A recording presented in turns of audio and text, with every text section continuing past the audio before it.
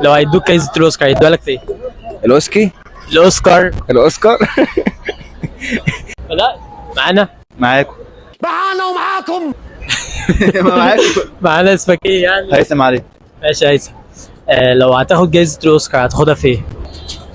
مفيش حاجه ممكن اقول عليها. اذكر ايه يا عم، اذكر ايه يا عم. أكتر حاجة بتعملها مثلا حلو فيها بتاع. مفيش حاجه حلوه فيها. بلاش طيب كده، بقول لك ايه، ما تجيليش بيتي تاني، اتفضل بالسلامه. بالسلامه يلا، ما تجيش هنا تاني. لو هيدوك جايزة الأوسكار هيدوها لك في إيه؟ في الاكل كتير. ما شاء الله ما شاء الله، عضلاتك مقوية قلبك، اجري يلا. بتاكل كتير؟ إيه كمان؟ بسرح شعر كتير. لو هتاخد جايزة الأوسكار هتاخدها في إيه؟ ناخدها في النوم ان شاء الله. وانا في النوم برضك بننام كتير خالص. لو هيدوكي جايزة الأوسكار هيدوها لك في إيه؟ في النوم عامة. خلي بالك خامس واحد يقول لي انه تقريبا الشعب الاسكندري كله بينام. بس وانتي في النزول بحب انزل على طول. لو هتاخد جايزة الأوسكار هتاخدها في إيه؟ هاخدها في الانطوائية، انا شخص انطوائي جدا، بحب الوحدة. طب ازاي ده انت حتى طالع على اليوتيوب معايا اهو. هو المشكلة برضه يعني، بس يعني ما بحبش دوشة، ما بحبش القعدة تجمعات وكده. يجي ف... ايه كمان؟ حاجة تانية تقريبا برضه اللي انا يعني ايه، بفضل اعاتب نفسي كتير على حاجات ما جلد الذات.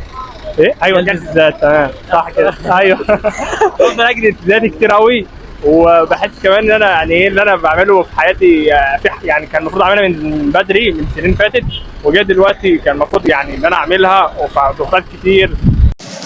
هذا عم الراجل ده هيخلينا نعيط. فبرضه يعني ايه، خلاص هنديك الأوسكار خلاص. لو هيدوك جايزة الأوسكار هيدوها لك في إيه؟ ثواني بفكر. في العند. العين. بحط حاجه في دماغي بعملها. يا ولد. طيب انا بتحداك توصل لي القناة بتاعتي المليون مشترك. تمام ماشي، انا قبلت التحدي. يا عم ماشي. طيب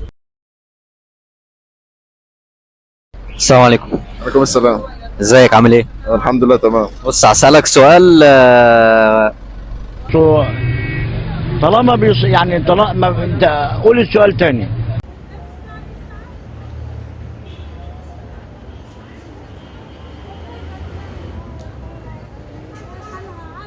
هيدوك جايزة الأوسكار هيدوها لك في إيه؟ الاوسكي. الأوسكار. الاوسكار.